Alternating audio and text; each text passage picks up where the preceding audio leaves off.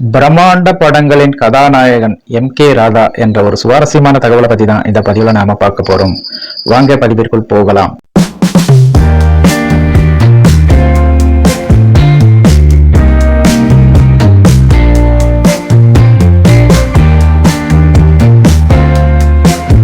இன்றைய இளம் தலைமுறையினருக்கு எம்.ஆர். ராதாவை தெரிந்த அளவிற்கு எம்.கே. ராதாவை தெரியாது. எம்.ஆர். ராதா, என்.எஸ். கிருஷ்ணன் போன்றவர்கள் காமெடியாகவும், எம்.ஜி.ஆர். சிறு சிறு வேடங்களிலும், சிவாஜி கணேசன் நடிப்பு வாய்ப்பு தேடிக்கொண்டிருக்கும் போதும் பிரம்மாண்ட திரைப்படங்களில் ஹீரோவாக நடித்தவர் எம்.கே. ராதா. நடிகர் எம்.கே. ராதா 1909ஆம் ஆண்டு பிறந்தவர். பிறப்பே ஒரு நாடக குடும்பம். அவரது தந்தை சொந்த நாடக கம்பெனி நடத்தி வந்தார். அந்த நாடகங்களில் எம்.கே. ராதா நடித்து வந்தார். அந்த நாடக கம்பெனியில் எடுபிடியாகவும் சிறு சிறு வேடங்களிலும் நடித்தவர்தான் எம்.ஜி.ஆர். தனது தம்பி போல எம்.ஜி.ஆரை வளர்த்தவர் எம்.கே. ராதா. கடைசி காலம் வரை எம்.கே. ராதாவை எம்.ஜி.ஆர். அண்ணன் என்றே அழைப்பார். 1936ஆம் ஆண்டு எஸ்.எஸ். வாசன் எழுதிய சதிலீலாவதி என்ற திரைப்படம் உருவாக்கப்பட்டது. அதன் கதாநாயகனாக எம்.கே. ராதா நடித்தார். அந்த திரைப்படத்தில் எம்.ஜி.ஆர். ஒரு சிறு வேடத்தில் நடித்தார். அவருக்கும் அதுதான் முதல் திரைப்படம்.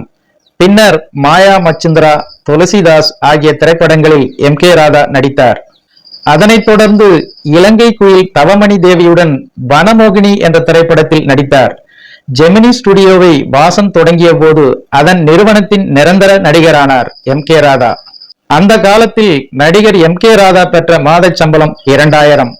ஜெமினி நிறுவனம் தயாரித்த தாசி அபரஞ்சி, கண்ணம்மா என் காதலி முதலான திரைப்படங்களில் எம்.கே. ராதா நடித்தார்.